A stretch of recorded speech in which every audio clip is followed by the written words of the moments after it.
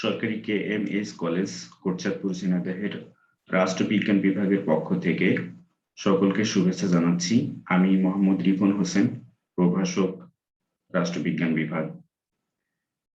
আমাদের আজকের ক্লাসের বিষয় লিডারশিপ। লিডারশিপ বিষয়টি অনার্স প্রথম এবং তৃতীয় বর্ষের দুইটি কোর্স। অনার্স প্রথম বর্ষের কোর্সটি হলো ইন্ট্রোডাকশন টু পাবলিক অ্যাডমিনিস্ট্রেশন বা লোক প্রশাসন পরিচিতি, এবং তৃতীয় বর্ষের কোর্সটি হলো পাবলিক অ্যাডমিনিস্ট্রেশন অফ বাংলাদেশ বা বাংলাদেশের লোক প্রশাসন। এই দুটি বিষয়ের অন্তর্ভুক্ত। এই ক্লাসের মধ্য দিয়ে অনার্স প্রথম বর্ষ এবং অনার্স তৃতীয় বর্ষের শিক্ষার্থীরা উপকৃত হবে বলে আমি বিশ্বাস করি। তাহলে আমরা আমাদের মূল বিষয়ে দিকে যাই। আমরা আলোচনা করব লিডারশিপ এবং লিডারশিপের সংজ্ঞা আলোচনা করব, লিডারশিপ শব্দটির উৎপত্তি আলোচনা করব, এবং কিছু ব্যক্তি বিখ্যাত লিডার যারা ওয়ার্ল্ড লিডার আছেন তাদের বিভিন্ন মতামত এ ব্যাপারে আমরা আলোচনা করব। তাহলে আমরা প্রথমেই দেখি লিডার শব্দটি। লিডার শব্দটি ওল্ড ইংলিশ শব্দ ল্যাডেন থেকে এসেছে, এবং ল্যাডেন শব্দের অর্থ হলো to go before as a guide, অর্থাৎ একজন পথ প্রদর্শক হিসাবে সম্মুখে অগ্রবর্তী হওয়া। It was first used in English in 14th century, অর্থাৎ চতুর্দশ শতকে প্রথম এটি ইংরেজিতে ব্যবহার করা হয়েছিল এই লিডারশিপ শব্দটি, এবং একজন ভারপ্রাপ্ত ব্যক্তি সম্পর্কে তখন এই লিডার শব্দটি ব্যবহার করা হয়। এরপরে আমরা 1837 সালে দেখি একটি ব্রিটিশ নিউজ পেপারে লিডার শব্দটি ব্যবহার করা হয়। লিডার শব্দটি সম্পর্কে আমরা আরো বিশদভাবে জানতে পারি। যেমন বলা হয়েছে an individual who is able to exert influence over other people to help achieve group goals, অর্থাৎ সমষ্টিগত বা একটি দল বা সামষ্টিক মানুষের লক্ষ্য পূরণের জন্য একজন ব্যক্তি যিনি মানুষকে প্রভাবিত করেন। এরপর আমরা দেখি someone who can see how things can be improved and who rallies people to move toward that better vision, অর্থাৎ বেটার ভিশন বলতে এখানে একটি পরিষ্কার লক্ষ্য বা সুনির্দিষ্ট লক্ষ্যের দিকে যে ব্যক্তি তার ফলোয়ারদেরকে একত্রিত করে সামনের দিকে নিয়ে যেতে পারেন তিনি হলেন লিডার। এরপরে আমরা আরো দেখি leaders can work toward making their vision a reality while putting people first. এখানে আমরা বলতে পারি যে বাস্তবতার নিরিখে একজন লিডার কাজ করে থাকেন তার যে জনগণ, সেই জনগণকে উন্নয়নের শীর্ষে নিয়ে যাওয়ার জন্য। Just being able to motivate people is not enough. Leaders need to be empathetic and connect with people to be successful. লিডারকে এমপ্যাথেটিক হতে হয়। এমপ্যাথেটিক বলতে এখানে যেটি বোঝায়, আমরা সিম্প্যাথেটিক শব্দটি ইউজ করে থাকি মাঝে মাঝে, যার অর্থ হলো সহানুভূতিশীল, আর এমপ্যাথেটিক হলো একদম সেই অবস্থান থেকে বিষয়টি অনুভব করা, অর্থাৎ যার দুঃখ বা যার সুখ তার অবস্থান থেকে যখন যিনি অনুভব করতে পারেন তিনি হতে পারেন তিনি লিডার, এবং যিনি সাকসেসের দিকে তার ফলোয়ারকে ধাবিত করতে পারেন, মোটিভেট করতে পারেন, তিনি হলেন লিডার। এরপরে আমরা দেখি the first responsibility of a leader is to define reality, অর্থাৎ প্রথমেই বাস্তবতাকে লিডার কি করবেন, তার প্রথম দায়িত্ব হলো বাস্তবতাকে সংজ্ঞায়িত করা বা বাস্তবতার জ্ঞান দেওয়া। The last responsibility is to say thank you, অর্থাৎ কৃতজ্ঞতা প্রকাশ বা প্রশংসা করা বা ধন্যবাদ জ্ঞাপন করা। One should think of a leader as a bus driver. একজন লিডারকে একজন বাস ড্রাইভারের সাথে তুলনা করা যেতে পারে। if you don't take people where they want to go, they get off the bus. তুমি যদি না জানো যে তুমি বা তোমার যাত্রী তুমি কোথায় যেতে চাচ্ছ, তাহলে তখন তোমার যাত্রী যারা থাকবেন তারা তোমার বাস থেকে নেমে যাবেন। অর্থাৎ তুমি তোমার পথ যদি সুনির্দিষ্ট না হয় তাহলে তুমি সঠিক লিডার হতে পারবে না এবং তোমার সাথে কোনো ফলোয়ার বা অনুসারী থাকবে না। Leader should B A servant. Leader সবসময় একজন সেবক হিসাবে কাজ করবেন। এরপরে আমরা দেখি লিডারশিপ। আমরা প্রথমে দেখছি লিডার নেতা এবং লিডারশিপ হলো নেতৃত্ব। Leadership is an art process. Leadership is a manner, way of work of social influence which maximize the effort of others towards the achievement of a goal. তাহলে লিডারশিপ হলো একটি কৌশল, লিডারশিপ হলো এক ধরনের কলা, লিডারশিপ হলো এক ধরনের প্রক্রিয়া, লিডারশিপ হলো আচার আচরণের সমষ্টি। লিডারশিপ হলো মানুষকে প্রভাবিত করা এবং মানুষের যে লক্ষ্য উদ্দেশ্য থাকে সেই লক্ষ্য উদ্দেশ্য অর্জনে সহযোগিতা করা। এক্ষেত্রে আমরা ডুইট ডি আইজেনহাওয়ার, যিনি ছিলেন আমেরিকা যুক্তরাষ্ট্রের 34th প্রেসিডেন্ট অর্থাৎ 34তম প্রেসিডেন্ট তিনি ছিলেন, তার বক্তব্য উপস্থাপন করতে পারি। তিনি বলেছেন, leadership is the art of getting someone else to do something you want done because he wants to do it. অর্থাৎ লিডারশিপ হলো কোনো কিছু পাওয়ায় দেওয়া, কাউকে কোনো কিছু পাওয়ায় দেওয়ার যে কৌশল, যা অন্য কেউ তোমার উপরে যেটি তোমার কাছ থেকে চেয়েছে সেটি পাওয়ায় দেওয়ার যে কৌশল, তাই হলো নেতৃত্ব। এরপরে আমরা লিডারশিপের যদি সুনির্দিষ্ট ডেফিনেশন দেখি, যদি অথেন্টিক ডেফিনেশন দেখি, তাহলে 1991 সালে একজন প্রশাসনবিদ, একজন ম্যানেজার রোস্ট তার বক্তব্য উপস্থাপন করতে পারি। তিনি বলেছেন, an influence relationship among leaders and collaborators who intend significant changes that reflect their mutual purpose. এখানে সুস্পষ্ট বিষয়টি যে মিউচুয়াল পারপোজ অর্থাৎ তাদের যে পারস্পরিক উদ্দেশ্য, সেই পারস্পরিক উদ্দেশ্যের প্রতিফলন ঘটতে হবে। অর্থাৎ লিডার কি করবেন, লিডার তার ফলোয়ারদের, তার সহযোগীদের, তার কোলাবোরেটরদেরকে তিনি ইনফ্লুয়েন্স করবেন, প্রভাবিত করবেন গুরুত্বপূর্ণ পরিবর্তন নিয়ে এসে দেওয়ার জন্য। গুরুত্বপূর্ণ পরিবর্তন বলতে এখানে আমরা তাদের যে পারস্পরিক উদ্দেশ্য থাকে সেই পারস্পরিক উদ্দেশ্যকে অর্জন করার জন্য। এরপর আমরা দেখি কুজেস অ্যান্ড পোসনার, উনি 1991 সালে উনিও একটি সংজ্ঞা দিয়েছেন। তার বক্তব্য হলো, the art of mobilising others to want to struggle for shared অ্যাসপাইরেশনস। অর্থাৎ এখানেও সেই পারস্পরিক যে আকাঙ্ক্ষা, পারস্পরিক যে উদ্দেশ্য, সেটার কথা বলা হয়েছে। এই পারস্পরিক উদ্দেশ্যের কে পাওয়ার জন্য, পারস্পরিক উদ্দেশ্য অর্জনের জন্য যে সংগ্রাম, সেই সংগ্রামের কৌশলকেই মূলত নেতৃত্ব বলা যেতে পারে।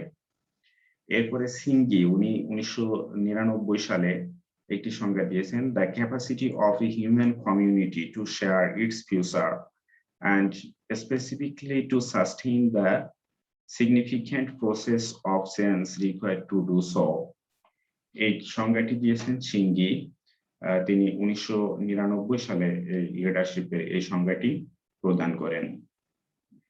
এরপরে আমরা দেখি লিডারশিপ সম্পর্কে আরো বলা হয়েছে, the capacity to establish direction and to influence and align others towards a common goal, motivating and committing them to action and making them responsible for their performance. The capacity to establish direction, অর্থাৎ একটি যে নির্দেশনা দেওয়া হবে সেই নির্দেশনা and to influence and align others towards a common goal. একটি বিষয় সুস্পষ্ট যে একটি কমন গোল থাকতে হবে, অর্থাৎ সকলের একটি সাধারণ ইচ্ছে থাকতে হবে। সেই সাধারণ ইচ্ছেকে বাস্তবায়ন করার জন্য লিডার তার ফলোয়ারদেরকে প্রভাবিত করতে পারবেন, তার ফলোয়ারদেরকে শ্রেণীকরণ করবেন, একতাবদ্ধ করবেন, মোটিভেশন দিবেন এবং তাদের প্রতি কমিটমেন্ট থাকবে, and making them responsible for their performance, এবং তাদের দায়িত্বশীলতা সম্পর্কে প্রত্যেকেই রেসপন্সিবল থাকার কথা বলা হয়েছে। এরপরে আমরা আরো দেখি লিডারশিপ বেসিক প্রিন্সিপাল, লিডারশিপের যে মূলনীতি, সেই মূলনীতিতে কি বলা হয়েছে। সেখানে বলা হয়েছে ডুইং দ্য রাইট থিংস, অর্থাৎ একজন লিডার কি করবেন, উনি সবসময় সঠিক কাজগুলো করবেন।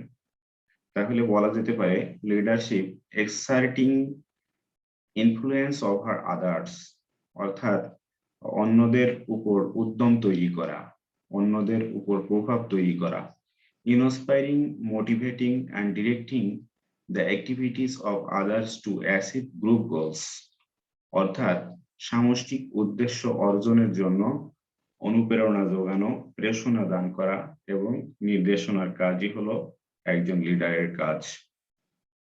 সো আমরা বলতে পারি leadership is a process whereby an individual influences a group of individuals to achieve a common goal, অর্থাৎ একটি সাধারণ লক্ষ্য অর্জনের জন্য লিডারশিপ হলো নেতৃত্ব হলো একজন ব্যক্তি কিছু ব্যক্তির উপর প্রভাব বিস্তার করা, অর্থাৎ প্রভাব বিস্তার করে একটি সাধারণ ইচ্ছে বা একটি সাধারণ উদ্দেশ্য অর্জন করাই হলো নেতৃত্ব।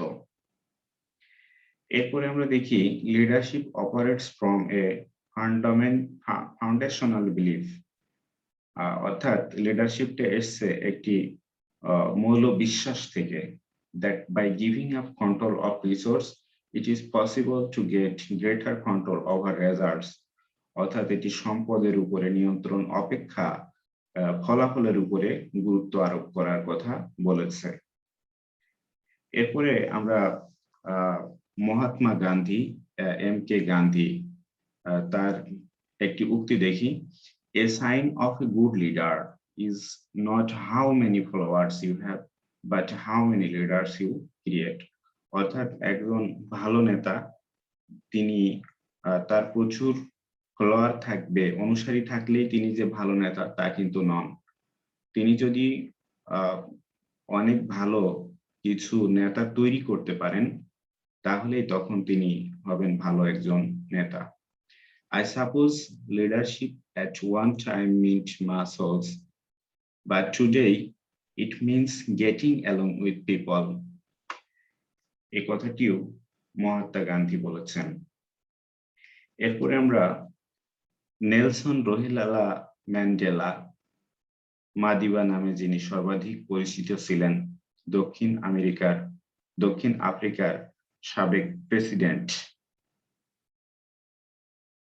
তিনি বলেছেন real leaders must be ready to sacrifice all for the freedom of their people, একজন সত্যিকারের নেতা সবকিছু উৎসর্গ করতে সবসময় প্রস্তুত থাকেন তার জনগণের স্বাধীনতার জন্য। এরপরে আমরা দেখি নেলসন ম্যান্ডেলারই আরেকটি উক্তি, তিনি বিস্তারিতভাবে বলেছেন, as a leader I have always endeavored to listen to what each and every person in a discussion had to say before venturing my own opinion, অর্থাৎ একজন নেতা হিসাবে সবসময় আমি শোনার চেষ্টা করি প্রত্যেকের কথা, যা আমি আগে বলেছিলাম সেই কথার উপরে, যে কথাগুলো তারা বলছে সেটা বোঝার চেষ্টা করি, শোনার চেষ্টা করি। Oftentimes, বারবার my own opinion will simply represent a consensus of what I heard in the discussion. আমি প্রায় আমার কথার উপরে একটি ঐক্য তৈরি করার চেষ্টা করি যেটি আমি আগে শুনেছিলাম, I always remember the axiom. আমি সবসময় স্বতঃসিদ্ধ যেটা, সর্বজনীন যেটা, সেটি স্মরণ করার চেষ্টা করি। A leader is like a shepherd.